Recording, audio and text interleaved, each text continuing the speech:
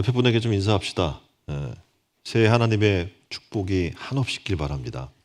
또 새해 우리가 원하는 게 있어요. 교회가 부흥하길 원하죠. 예. 그리고 또 원하는 게 있어요. 자녀가 잘 됐으면 좋겠죠. 예.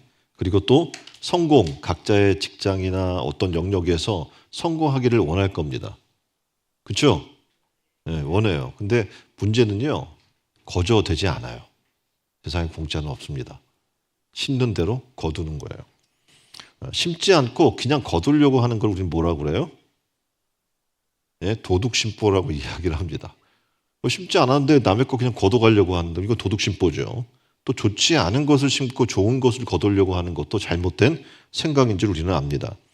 그래서 1월 둘째 주에 우리가 캄보디아 선교팀이 이제 캄보디아로 갔어요. 그래서 복음을 심고 오늘 이제 선교 보고하는 시간이 있습니다. 그러니까 또 여러분이 아시는 것처럼 캄보디아는 97%가 불교인 국가입니다. 그 중에 2%는 이슬람이에요. 그냥 기독교는 아주 미미해요. 그래서 어떻게 보면 가서 복음을 전한다 굉장히 어려운 일인 거죠. 또 거기에 정규 일반 초등학교를 가서 복음을 전해요. 그리고 예배를 드려요. 어떻게 보면 불가능한 공립학교인데 거기 가서 예배 드린다는 건 불교 국가에서 불가능한 일이죠. 그런데 그게 됐어요. 예배도 드리고 설교도 하고 더 놀라운 사실은 그 일들이 다 끝난 이후에 다시 와달라는 거죠. 이거 엄청난 일인 거예요. 근데 그런 심는 과정을 통해서 하나님께 놀라운 결과를 우리에게 주실 줄 믿습니다. 그래서 갈라디아서 6장 8절에서는 이렇게 이야기해요. 사람이 육신을 위하여 심으면 거둘 수 있는 게 있는데 뭐냐면 육신으로 썩어질 것을 거두고 성령을 위하여 심으면 성령으로 썩지 아니할 영생을 거둔다라고 말씀해 주는 겁니다. 이 안에 우리가 과연 무엇으로 심어야 할까를 좀 진지하게 생각했으면 좋겠습니다. 그래서 우리가 정말 하나님 나라에 썩지 아니할 것들로 심어서 영생을 거두게 하는 이 한 해가 되기를 주님의 이름으로 축원드립니다. 가정에서도 마찬가지예요. 사랑으로 심으면 사랑의 열매가 나오겠죠. 근데 미움으로 심으면 사랑이 나올까요? 나오지 않아요. 여러분들은 막 미워하면서 사랑해라고 여러분 자녀들에게 가족에게 얘기해봐야 소용이 없다는 얘기입니다. 그래서 흔히 값없이 우리는 구원을 받았다라고 이야기를 하지만 엄밀하게 말하면 이게 값없이 얻은 게 아니에요. 공짜가 아니에요.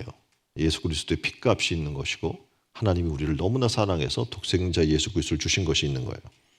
어떤 왕이 현자들에게 세상의 지혜를 총정리하라 이렇게 명령을 했습니다. 12권의 지혜서를 집대성을 했는데 왕은 얘기하는 거예요. 야, 그거 누가 다 읽겠어 12권의 그 이야기를. 한 권으로 요약해라. 그래서 한 권으로 또 요약을 했어요. 근데 왕은 또 그것도 듣더니 야 이거 한마디에 담았으면 좋겠는데 한마디에 담아라 라고 이야기를 했어요. 그래서 밤낮으로 연구해서 마침내 한마디로 줄였습니다. 공짜는 없다라는 한마디를 지혜로 얘기한 겁니다. 기독교는 은혜의 종교입니다. 어떻게 보면 은혜라는 말은 흔히 거저 주어지는 것, 공짜 이런 생각들로 우리는 하는 게 있는데 값없이 은혜로 구원을 받았다고 이야기는 하지만 실제적으로 여기서 값없이 은혜로 받았다는 것은 공짜의 개념이 아닙니다. 왜냐하면 은혜는 싸구려가 아니기 때문에 그렇죠. 너무나 값지기 때문에 그 값을 측량할 수도 또는 갚을 수도 없기 때문에 정말 어떻게 값으로 우리가 어떻게 따질 수 없는 은혜라고 이야기를 하는 겁니다. 그래서 요한복음 3장 16절에 이렇게 얘기하죠. 하나님이 세상을 이처럼 사랑하사 외아들을 주셨으니 이는 그를 믿는 자마다 멸망하지 않고 영생을 얻게 하려 하심이라. 하나님께서는 독생자를 우리에게 값으로 지불하셨어요. 그리고 우리를 구원하십니다. 우리 인생을 돌아보면 살다가 보면 느끼는 게 뭐냐면 공짜가 없구나라는 것을 깨닫게 돼요. 그러니까 받은 그 속의 은혜에 대해서 십자가 은혜가 전제되어 있다는 것을 우리는 잊지 말아야 한다는 겁니다. 자식이 잘 자라요, 유복하게. 공짜가 아니죠. 부모님의 그만한 희생과 땀과 노력과 헌신이 있었기 때문에 가능한 일입니다. 인생에는 공짜가 없습니다. 그래서 오늘 성경에 원칙을 얘기하는데 하나님의 법칙이 뭐냐면 심는 대로 거둔다는 거예요. 그래서 콩 심으면 팥이 난다고요? 콩이 나고 팥을 심으면 팥이 나는 게 세상에 어떻게 보면 성경의 원리인 겁니다. 그래서 노력하지 않고 뭔가 성공을 거두려고 한다는 것은 잘못된 생각인 거죠. 공부하는 학생이 와서 기도를 열심히 해요. 하나님 이번 시험에 찍으면 다 답으로 가게 해 주십시오. 이렇게 기도를 했단 말이에요. 그런데 정말 찍어서 다 답으로 간다면 하나님이 공의 하나님이 아니겠죠. 어떤 친구는 공부 열심히 했는데 어떤 친구는 공부 하나도 안 하고 찍어서 성적이 나온다면 이 하나님 잘못된 거예요. 공의 하나님이 아니게 되는 겁니다. 그래서 공부하지 않은 학생이 자기가 원하는 대학에 입시에 합격하기를 바란다면 그 어불성설이라는 얘기죠. 그래서 공부 안 하고 기도한다고 하나님은 합격시켜 주시는 하나님이 절대 아닙니다. 노력하지 않고 사업에 성공하기를 바라는 사람도 마찬가지고 우리가 복음을 가지고 심고 전도하고 하나님의 교회 사업과 하나님 나라 사업을 위해 최선을 다해 심지 않고 교회가 부흥하기를 바라는 것도 말이 안 되는 거예요. 그러니까 주일로 잠깐 교회 왔다 갔다 하면서 이 교회가 부흥하기를 바라요? 말이 안 되는 겁니다. 기도하지 않고 기적을 바란다? 그러니까 기도해야 어떡합니까? 하나님의 응답이 임하게 되는 겁니다. 그래서 본문 7절에는 이렇게 얘기해요. 스스로 속이지 말라. 아까 이야기했던 그런 행위들이에요. 노력하지 않고 공부하지 않고 수고하지 않고 뭔가를 얻으려고 교회가 그냥 거저 부흥되기를 바라는 그런 것은 뭡니까? 스스로를 속이는 거예요. 속이지 말라. 하나님은 만홀히 여김을 받지 아니하시나니 사람이 무엇으로 심든지 그대로 거두리라. 아멘. 여러분의 가정에 이 한 해 하나님이 정말 풍성한 은혜로 채워주시기를 원하고 하나님이 다스리는 하나님 나라가 되기를 원한다면 여러분 어떡합니까? 가정의 예배로 또 복음으로 심어야 돼요. 그래 어떡합니까? 그런 열매를 결실을 거둘 수가 있게 되는 겁니다. 자기 꾀에 넘어간다는 말이 있어요. 뭐냐면 심음과 거둠의 벌집이 엄연히 존재하는데 그걸 무시한 채 성공을 바란다는 겁니다. 거두고 싶으면 어떻게 해야 돼요? 반드시 심어야 될 줄 믿습니다. 많이 거두고 싶으세요? 어떻게 해야 돼요? 많이 심으면 됩니다. 좋은 것을 거두고 싶으면 어떡합니까? 좋은 것을 심어야 될 줄 믿습니다. 욥기 4장 8절에 이렇게 이야기해요. 내가 보건대 악을 밭갈고 독을 뿌리는 자는 그대로 거둔다. 그러니까 악을 밭갈고 독을 뿌리면 독이 열매가 맺히겠죠. 거기에 뭐 선한 것이 나고 치료제가 나고 그러지는 않을 겁니다. 악을 심으면서 좋은 것을 거두기를 원한다는 것은 말이 되지 않는다라는 얘기를 해주고 있는 거예요. 고린도후서 9장 6절에 또 이렇게 얘기해요. 적게 심은 자는 적게 거두고 많이 심은 자는 많이 거둔다 하는 말이로다라고 이야기를 하고 있어요. 다시 말해서 이 안에 여러분이 많은 것을 거두기를 원한다면 어떻게 합니까? 시간과 내 삶과 마음과 온 정성을 다해서 심어야 돼요. 많이. 그러면 하나님께서 많이 거두게 하실 줄 믿습니다. 당연히 하나님에게는 하나님 나라에는 은혜가 있어요. 어떤 은혜가 있냐면 심은 것에 비해서 많이 거두게 하는 하나님의 은혜가 있습니다. 30배, 60배, 100배. 그렇지만 내가 조금 심으면서 많이 거두기를 원한다는 것은 잘못된 생각이고 성경은 뭐라고 얘기하는 거예요? 적게 심으면 적게 거두고 많이 심으면 많이 거둔다는 이 원칙을 기억해야 합니다. 그럼 우리는 이 한 해 어떻게 우리가 지금 무엇을 심어야 할까를 고민해 볼 필요가 있어요. 첫 번째 무엇을 심을까? 8절에 보면 두 가지의 심는 것을 우리에게 소개를 하고 있습니다. 하나는 자기를 위하여 심는 자는 육체로부터 썩어질 것을 거두고 다시 말해 육을 위해 심는 자가 있고요. 또 하나는 성령을 위하여 심는 자가 있다라고 얘기를 해요. 그는 영생을 거둔다라고 말씀해 주고 있습니다. 첫 번째 육체를 위하여 심을 것인가? 한번 고민을 해볼 필요가 있어요. 많은 사람은 영적 생각을 하거나 하나님 나라와 하나님의 뜻을 생각하지 않으면 우리도 모르게 육의 것을 심게 되어 있어요. 여기서 육체란 몸을 말하는 게 아닙니다. 육신이 가진 생각을 얘기해 주고 있는 거예요. 그러니까 육체를 위해 심는다는 것은 무엇을 먹을까? 무엇을 입을까? 무엇을 마실까? 오직 육신만의 만족을 위해 살아가기 위해 심는 삶을 얘기하는 거예요. 그러니까 내가 무엇을 먹기 위해 어떡합니까? 일하는 거예요. 그리고 거두고 그걸 가지고 좀 더 잘 살기 위해서 입을까라는 무엇을 위해 살까라는 그런 고민을 얘기해 주는 겁니다. 그러니까 자기에 주고 주어진 건강도 있고 시간도 있고 물질도 있고 이런 것이 있는데 오직 그것을 자신의 육의 정욕만을 위해서 안목의 정욕과 이생의 자랑을 위해 사용하는 사람을 얘기하는 겁니다. 이러한 자들에게 주어지는 열매는 다른 것이 아니라 뭐라고 그래요? 썩어질 것들이라고 이야기를 해주고 있고요. 거두긴 거두는데 썩어질 열매를 거두는 거예요. 그러니까 아무 쓸데가 없고 걷어봐야 썩어질 것이니까 의미가 없는 거죠. 성경에 보면 육체를 위해 심다가 실패한 수많은 사람들을 비유로 얘기해요. 그중에 한 가지를 얘기하고자 하는데 하나는 뭐냐면 롯이라는 사람의 이야기예요. 롯은 누굽니까? 아브라함의 조카입니다. 그런데 두 길을 선택해요. 어디로 가든 네가 마음대로 해. 근데 이 롯은 어디를 선택했어요? 소돔 땅을 선택을 합니다. 거기는 이렇게 볼 때 젖과 꿀이 흐르는 것 같고 기름진 것 같고 잘 사는 번화가란 말입니다. 그래서 그곳을 선택했어요. 이주했어요. 처음에는 아마 재미있었을 겁니다. 그런데 그의 마지막을 보면 어떻게 되냐면 그곳은 유황불의 심판 가운데 있었고 그 유황불 심판 가운데 겨우 몸만 빠져나오는 상황 가운데 거하게 돼요. 아내는 또 어떤 일이 벌어지냐면 뒤돌아보다가 소금 기둥이 돼버리고 맙니다. 2달만 겨우 나오고 사위들은 다 그곳에서 심판받게 돼버리고 말아요. 그래서 육체를 위해 심는 사람들의 말로가 이렇다라고 얘기하는 거예요. 사람들이 사위에게도 가서 전했더니 뭐라 그럽니까? 말도 안 돼. 믿지 않는 거예요. 오늘 이 시대에도 하나님의 복음이 선포되지만 믿지 않는 거예요. 왜냐하면 육신의 욕망과 소욕이 너무 크기 때문에 그렇습니다. 그래서 야고보서 1장 15절에는 이렇게 얘기하는 거예요. 욕심이 잉태한 즉 몰라요? 죄를 낳고 죄가 장성한 즉 사망을 낳느니라 라고 얘기하고 있습니다. 그러니까 육신의 것들을 심는 결과는 사망이라는 겁니다. 자, 두 번째, 그럼 뭘 위해 심어야 하는가? 성령을 위해 심을 것인가? 우리 자신을 돌아볼 필요가 있어요. 성령을 위해 심는다는 것은 성령의 인도함 받는다는 것이고 그 선한 뜻에 따라 우리의 생각이나 말이나 행동이나 이런 것들이 따라가는 것을 얘기해 주는 겁니다. 그래서 우리에게 주어진 건강, 우리에게 주어진 시간, 물질, 지식, 은사 이 모든 것을 성령을 위해 사용하는 사람들을 얘기해 주고 있습니다. 자, 그렇다면 성령을 위해 심는 것은 구체적으로 어떤 방식이 있을까요? 그 첫 번째는 말씀을 통해 심는 겁니다.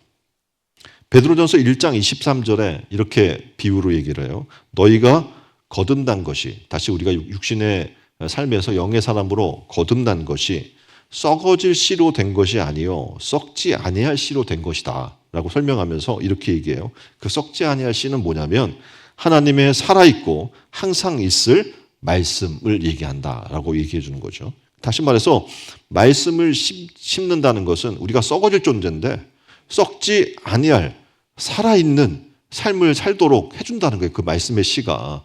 여러분이 말씀을 받았어요. 말씀대로 내가 산다는 것은 어떤 일인 겁니까? 썩을 삶을 향해 달려가지 않고 썩지 아니할 영생을 위해 달려가는 삶의 역사가 일어나는 거예요. 그 말씀을 심으면 말씀을 의식하게 되어 있어요. 말씀을 심으면 말씀을 선택하고 순종하게 되어 있습니다. 결국은 어떻게 됩니까? 그 가운데 심은 대로 거둔다고 했으니까 영적인 것 또한 하나님께서 지금 말씀하신 그 말씀의 뜻대로 내가 순종하는 삶을 살면 열매가 맺어지겠죠. 성경은 뭐라고 얘기하냐면 성령의 열매가 맺어진다라고 갈라디아서 5장 22절로 23절에 얘기해줘요. 어떤 열매가 있습니까?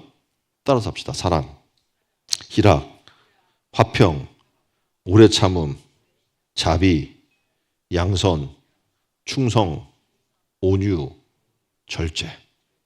이런 열매들이 맺혀지는 거예요. 말씀을 내가 심게 되면 순종하는 삶을 살게 되면 저절로 이런 열매가 맺어지는 거지 맺어지려고 노력한다고 되는 것이 아니에요. 심으면 거둬지는 거예요.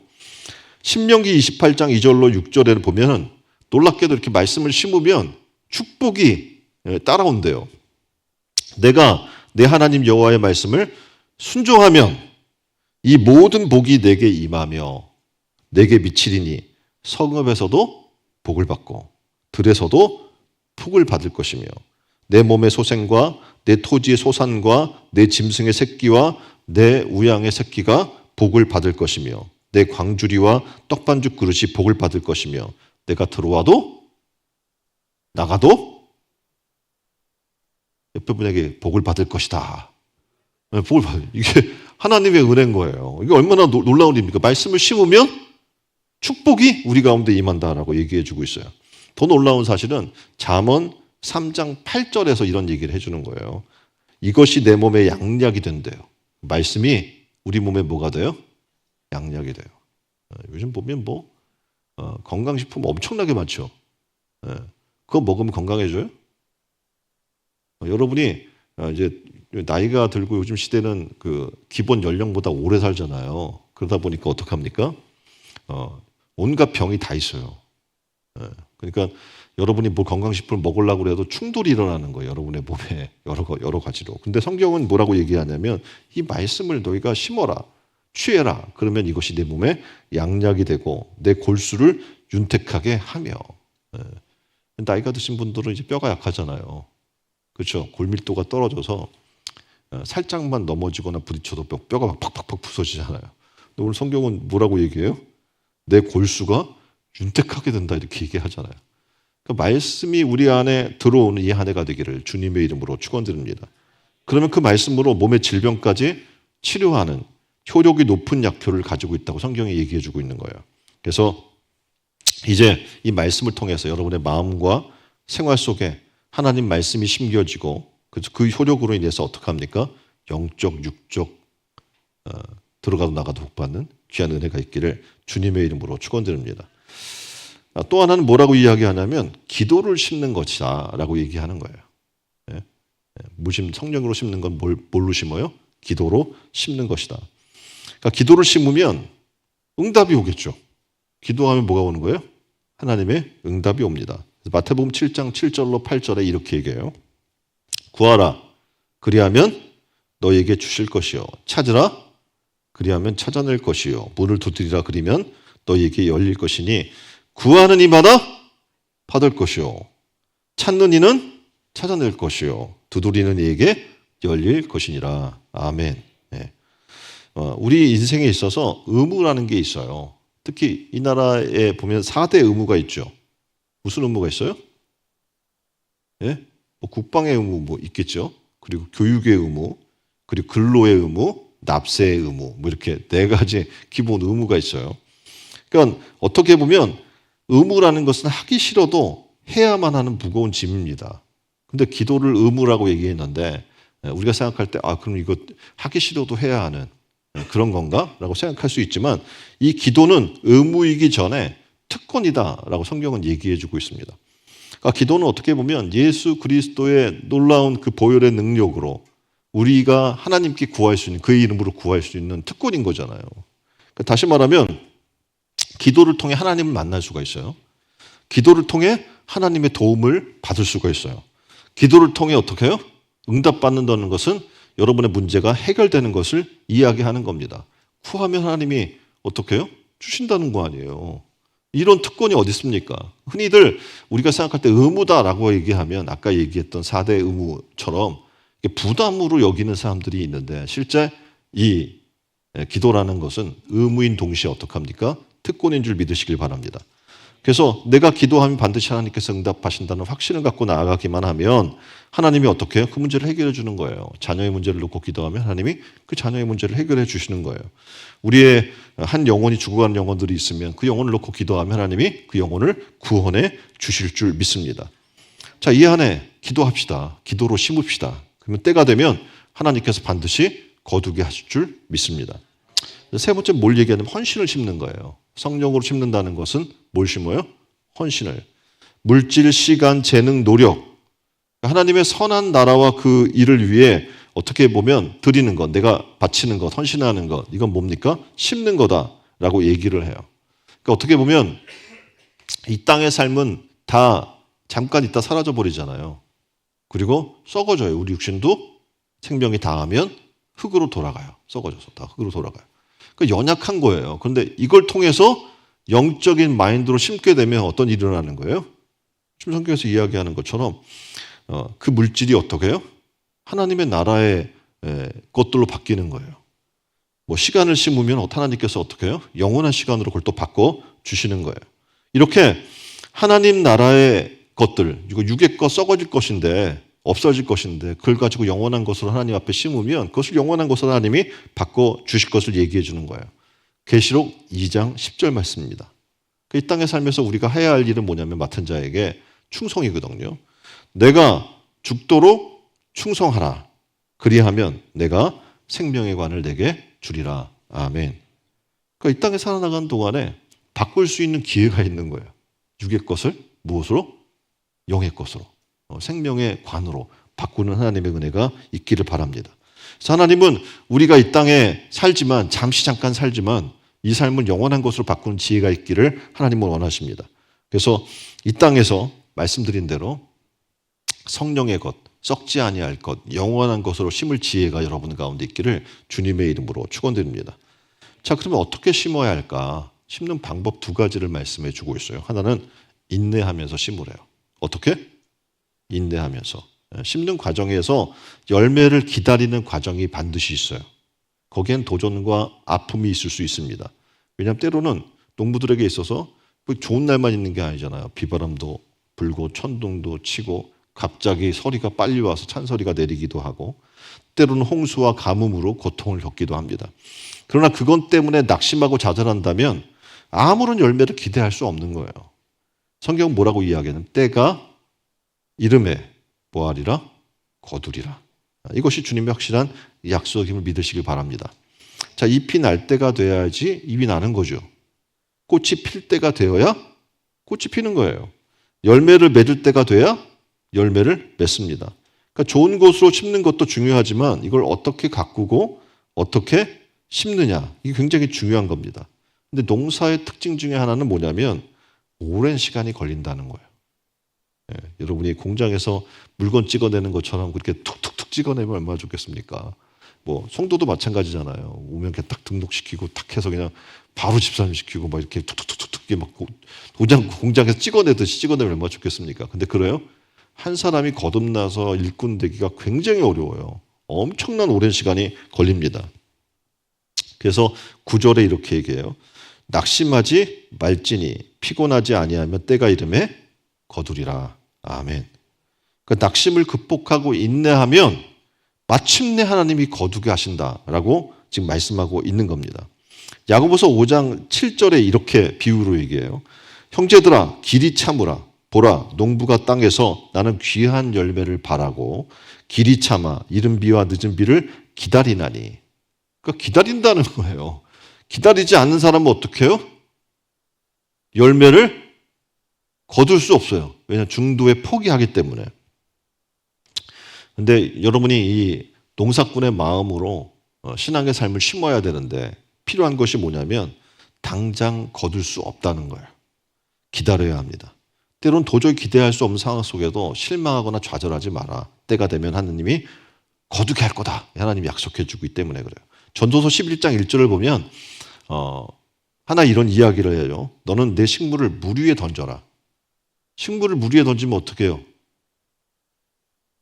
떠내려가잖아요. 그러면 내가 낭비하는 것 같고 손실이 있는 것처럼 보여요. 근데 성경은 뭐라고 얘기하냐면 물 위에 던져라. 여러 날 후에 도로 찾으리라. 물 위에 식물을 던지면서 기대할 수 없을 텐데 성경 그럼에도 불구하고 기대하라 라고 얘기해 주고 있는 겁니다. 한 가난한 의대생이 있었어요. 너무 가난해서 이제 뭐 먹을 게 당장 없으니까 자기가 쓰던 책을 헌책방에 팔러 갑니다. 근데 그 주인이 안 사겠대요. 책을. 이런 책 누가 사가요? 그리고 안 사. 버리고 올 수도 없잖아요. 그래서 그 무거운 걸 또 들고 다시 오느라고 다리도 아프고 힘도 들고 배가 너무 고파서 힘들었어요. 그래서 어느 집에 들려서 밥이라도 좀 얻어 먹어야겠다. 그리고 들렸는데 어른이 없어요. 근데 한 소녀가 있는데 엄마가 일하러 나가고 자기 혼자 집을 보고 있는데 좀 엄마가 놔둔 우유병 하나가 있는 거예요. 그래서 이 우유로 좀 식사를 대신하려고 합니다라고 하고 있는 거예요. 근데 참 민망하잖아요. 애 걸 뺏어 먹기가. 근데 너무 그게 배가 고픈 거야. 그래서 이제 배가 고프다고 얘기하니까 이 소녀가 우유를 자기가 먹을 우유를 내준 거예요. 먹으라고. 그래서 그 우유를 먹고 너무 감동받았어요. 그래서 소녀와 어머님의 이름, 주소 이걸 메모해 뒀습니다. 그리고 얼마 후에 이제 의대를 졸업하고 대학에 근무하게 됐어요.